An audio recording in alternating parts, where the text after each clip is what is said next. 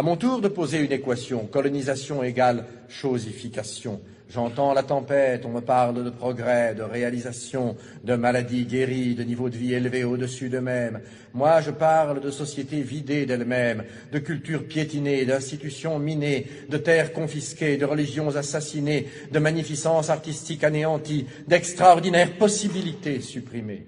On me lance à la tête des faits, des statistiques, des kilométrages de routes, de canaux, de chemins de fer. Je parle de millions d'hommes arrachés à leur Dieu, à leur terre, à leurs habitudes, à leur vie, à la danse, à la sagesse. Je parle de millions d'hommes à qui l'on a inculqué savamment la peur, le complexe d'infériorité, le tremblement, l'agenouillement, le désespoir, le larbinisme. On m'en donne plein la vue de tonnages de coton ou de cacao exportés, d'hectares d'oliviers ou de vignes plantées. Moi, je parle d'économie naturelle, d'économie harmonieuse et viable, d'économie à la mesure de l'homme indigène, désorganisée, de culture vivrière détruite, de sous-alimentation installée, de développement agricole orienté selon le seul bénéfice des métropoles, de rafles de produits, de rafles de matières premières. On me targue d'abus supprimés.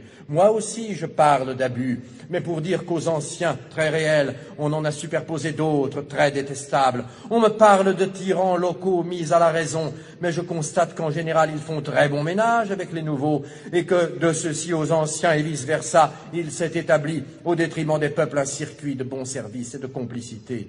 On me parle de civilisation, je parle de prolétarisation et de mystification. Pour ma part, je fais l'apologie systématique des civilisations para-européennes.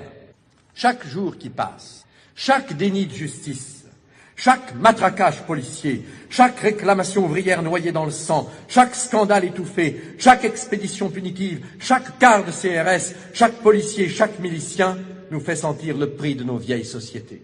C'étaient des sociétés communautaires, jamais de tous pour quelques-uns. C'étaient des sociétés pas seulement antécapitalistes, comme on l'a dit, mais aussi anticapitalistes. C'étaient des sociétés démocratiques toujours. C'étaient des sociétés coopératives, des sociétés fraternelles.